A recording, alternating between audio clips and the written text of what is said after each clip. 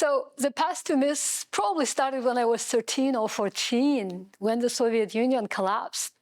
I was born and grew up in Kyrgyzstan, and when the Soviet Union collapsed, suddenly there was this whole new world.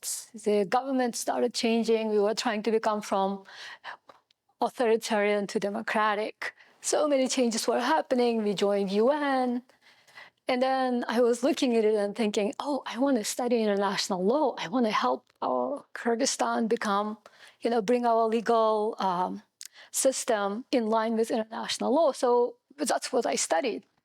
But then when I looked at it a little closer, I learned that we were signing on to all these different conventions, international laws, but the changes on the ground were not happening as fast.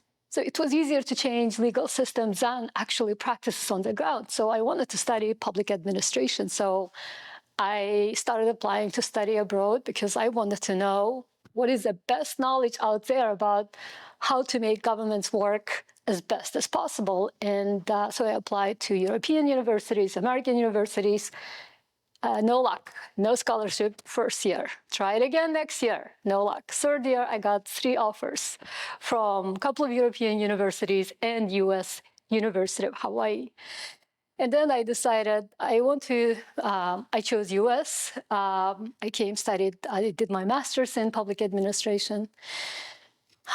My curiosity still wasn't satisfied. I really wanted to know, so how do you transform government institutions? How do you reform institutions so they can perform at the highest level possible?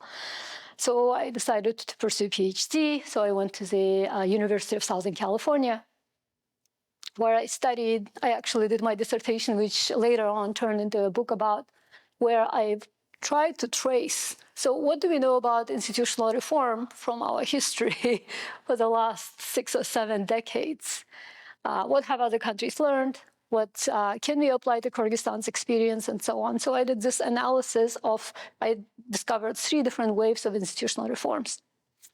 Then when I started looking for a job, Middlebury Institute really stood out because it was one of those institutions that had this global vision, and yet it had just incredible ambition to make changes on the ground, and it attracted students from all over the world who really had that kind of vision.